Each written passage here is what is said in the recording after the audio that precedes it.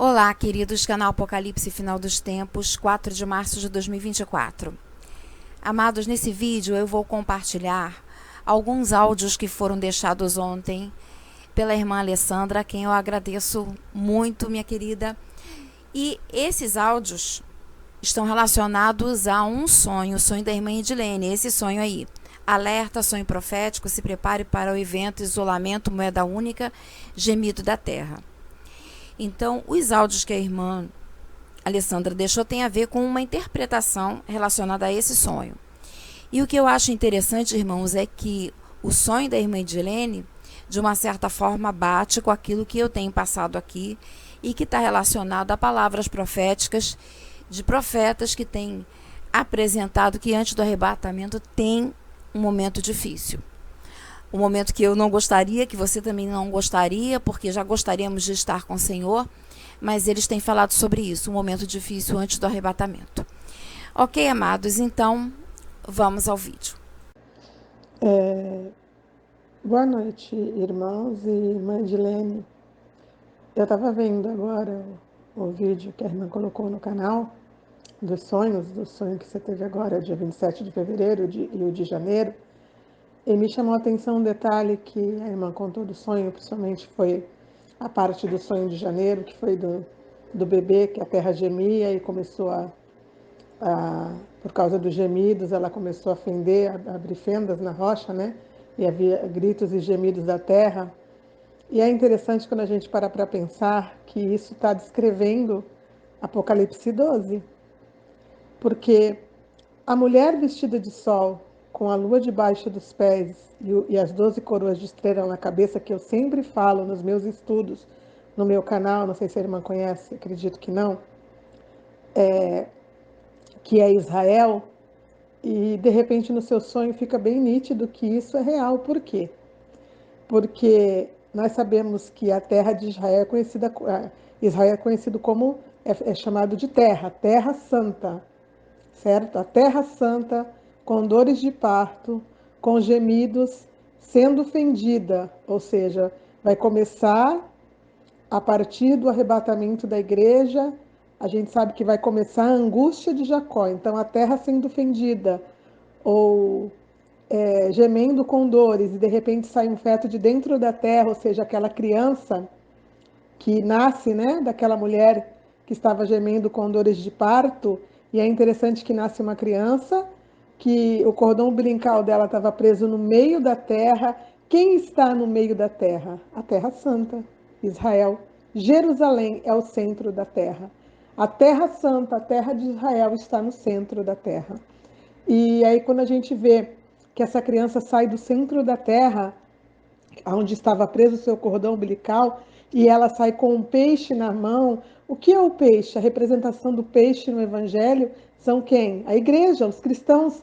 O símbolo que era usado no passado para representar o povo de Deus, que era como um símbolo, principalmente quando havia perseguição na época da igreja primitiva, era o peixe que era usado. E aí você vê ali uma junção. Você disse que não sabia se aqueles ali eram 144 mil a igreja, são os dois, porque a igreja e os 144 mil dependem de Israel. A igreja nasceu do povo de Israel. A igreja descende do povo de Israel. Eu sempre falo isso. E quando a Bíblia cita ali a mulher vestida de sol, com a lua debaixo dos pés e 12 coroas de estrelas na cabeça, eu sempre cito o sonho de José, que é justamente o sonho em que ele vê o sol e a lua e 11 estrelas, né, se curvando para ele. Ele, no caso, é a 12ª estrela. E quem que essa família formou? Não foi justamente a nação de Israel? E que angústia vai chegar depois dessa dor de parto? Não são 7 anos justamente da perseguição? Então eu achei muito interessante, porque quando nós analisamos os 144 mil, nós sabemos que eles vão ser descendentes do povo de Israel. Eles podem estar na terra hoje, serem conhecidos como judeus messiânicos, né?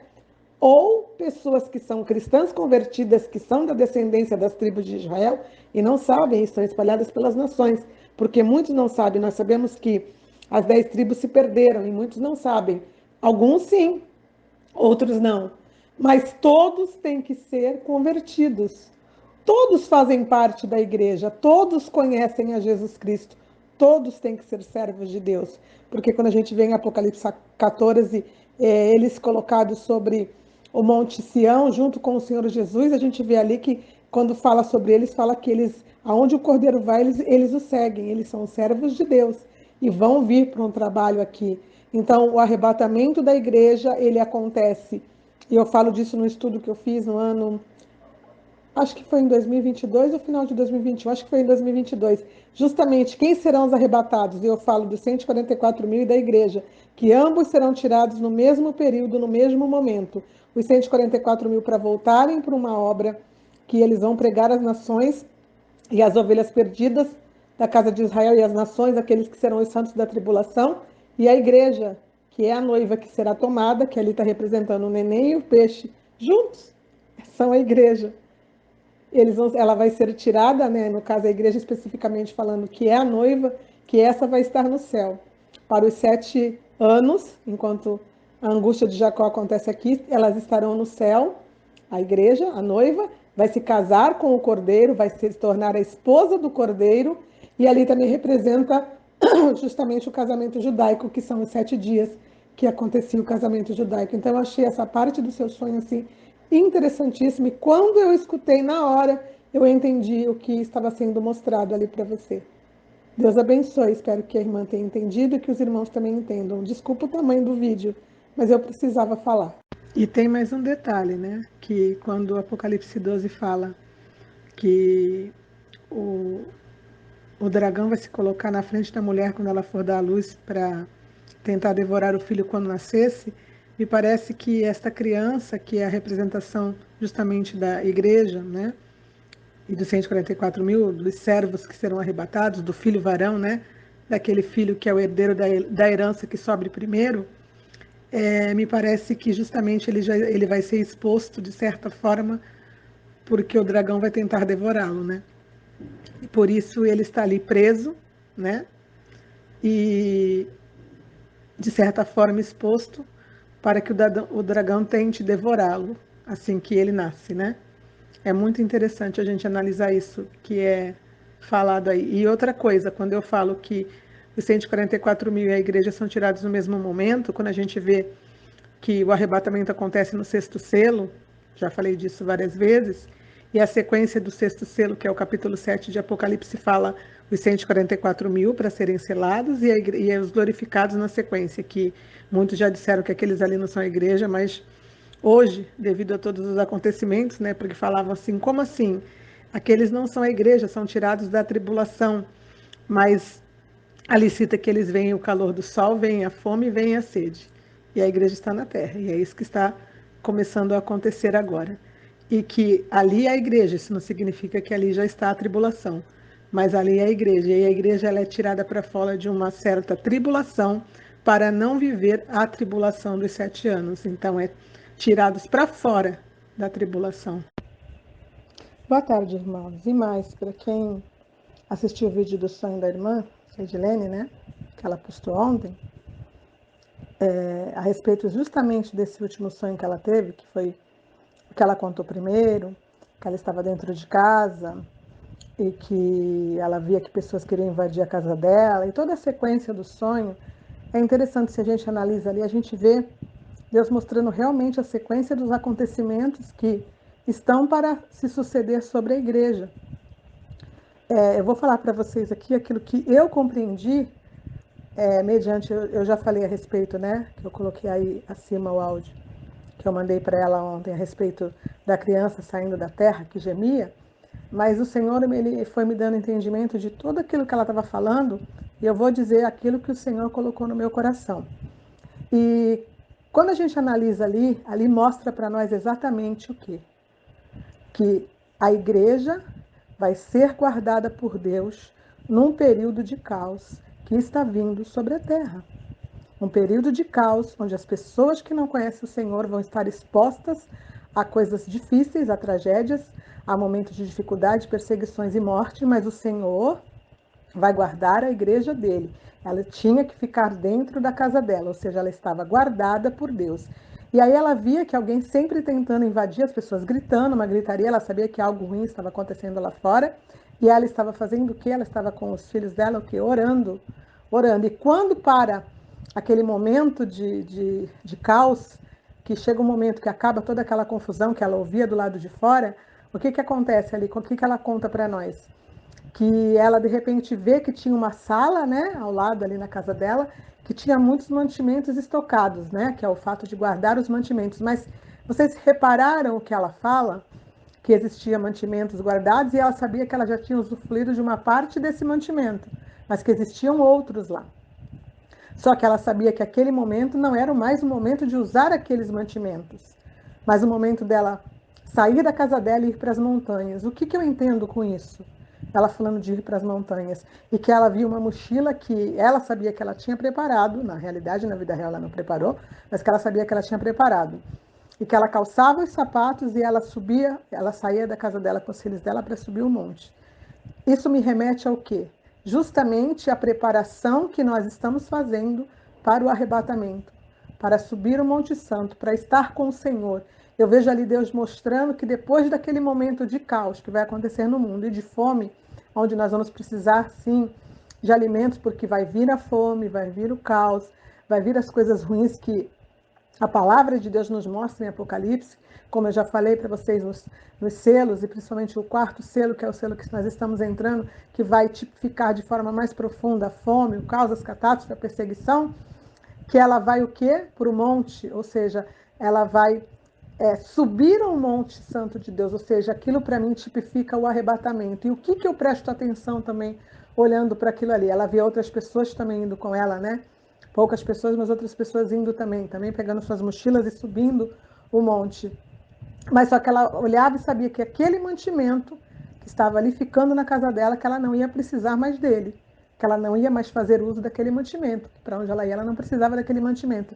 É interessante a gente entender assim que Deus está mostrando que a gente vai passar um período de fome, a igreja vai ver isso, a igreja vai ser guardada por Deus, a igreja vai ser cuidada por Deus e que nós não vamos ficar aqui todo o tempo, que seria a representação do uso de todo esse mantimento. Mas que o Senhor, no meio de tudo isso, vai tirar a gente desta terra. Foi isso que eu entendi com esta parte do sonho que ela contou, que eu achei muito interessante. Eu vou mandar outro áudio agora. E a parte que ela fala sobre ela achar que os gafanhotos, né, ela sentia no coração dela que justamente os gafanhotos que ela via ali representavam os mercadores da terra. Gente, a palavra em Apocalipse, ela nos mostra isso também.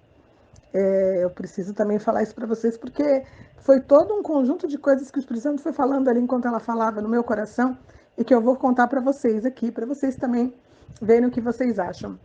Quando a gente vai na quinta trombeta, que fala justamente sobre os gafanhotos, né? Que abre o poço do abismo, né? E saem os gafanhotos de dentro da terra. Ali a gente tem a tipificação desses gafanhotos, a gente vê que é algo espiritual se manifestando. Eu já fiz áudios no grupo que eu tenho falando justamente sobre esses gafanhotos, que eles são justamente espíritos imundos que, quando os gigantes, os híbridos, né?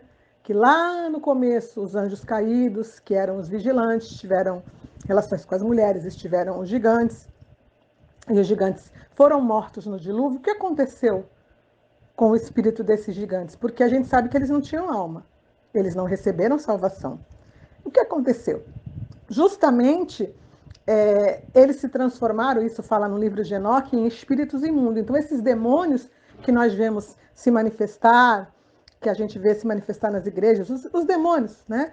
Eles nada mais, nada menos são do que justamente os espíritos dos anjos caídos, dos filhos dos anjos caídos, que são os gigantes, que aqui estão sendo descritos para nós como os gafanhotos, que vão ser tirados da terra, que vão ser, quando o poço do abismo se abrir, eles vão ser liberados de uma certa forma corpórea. Por isso aqui descreve para nós, eu até falei sobre isso já no áudio, e esses são os filhos dos anjos caídos. Então, juntamente com os anjos caídos que vão ser libertados também os gafanhotos. Ali você vê que eles não falam que são anjos, eles falam que são gafanhotos. Por quê? Porque eles são os espíritos dos anjos caídos, ou dos híbridos, dos gigantes, que já morreram e que vão retornar em forma corpórea para a Terra para participar desta última batalha. E quando a gente vai para o Apocalipse no capítulo, acho que é o 18, eu vou ler para vocês aqui para vocês verem como tudo faz sentido.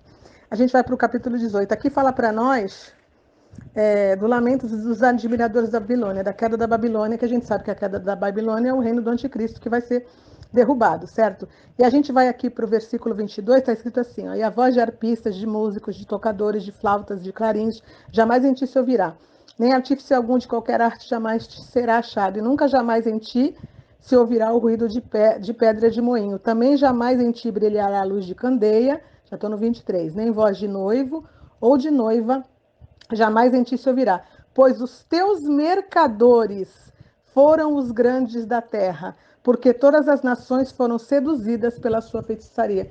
Os teus mercadores foram os grandes da terra. Aonde diz para nós que os filhos dos anjos caídos, que os gigantes, foram os grandes da terra? Lá em Gênesis, não é isso que fala que eles foram os grandes homens daquela de renome da antiguidade? Então, os grandes da terra, hoje também sabemos que são híbridos. São também descendentes de anjos caídos, também são híbridos, também são genéticas modificadas, híbridos, que também estão no comando. E quem também será híbrido? Aqueles que vão entregar o poder para o anticristo, que são os chifres.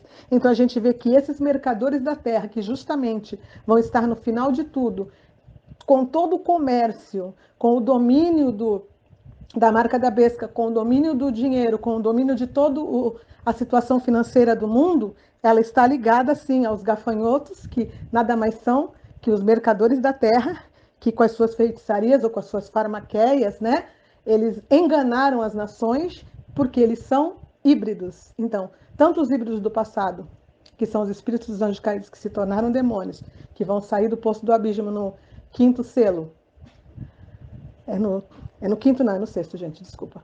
Como também esses aqui sendo citados, que eram os grandes da terra, que vão ser destruídos no final de tudo, são híbridos, são gafanhotos, mercadores da terra, que fazem mercado até mesmo com almas. Como fala aqui, que eles fazem, deixa eu achar. No 13, eu vou ler o finalzinho. Trigo, gado, ovelhas e cavalos e carros, e de escravos e até de almas humanas, ou seja, faziam mercado até das almas humanas. Gente, eu vou continuar, porque ela falou vários sonhos, né? E a parte que ela via das moedas, que ela teve um sonho, esse eu ouvi, que ela contou que ela via 10 moedas que representavam que estavam chegando os 10 reinos ou os 10 chifres. É aquilo que eu falei, que os chifres, ou os mercadores da terra, ou os líderes mundiais, ou os híbridos que vão entregar o poder para o anticristo e que estarão com o poder financeiro nas mãos, eles estão ligados, sim, a este reino do anticristo que estava sendo representado por esta grande moeda que ela via, que trazia o quê?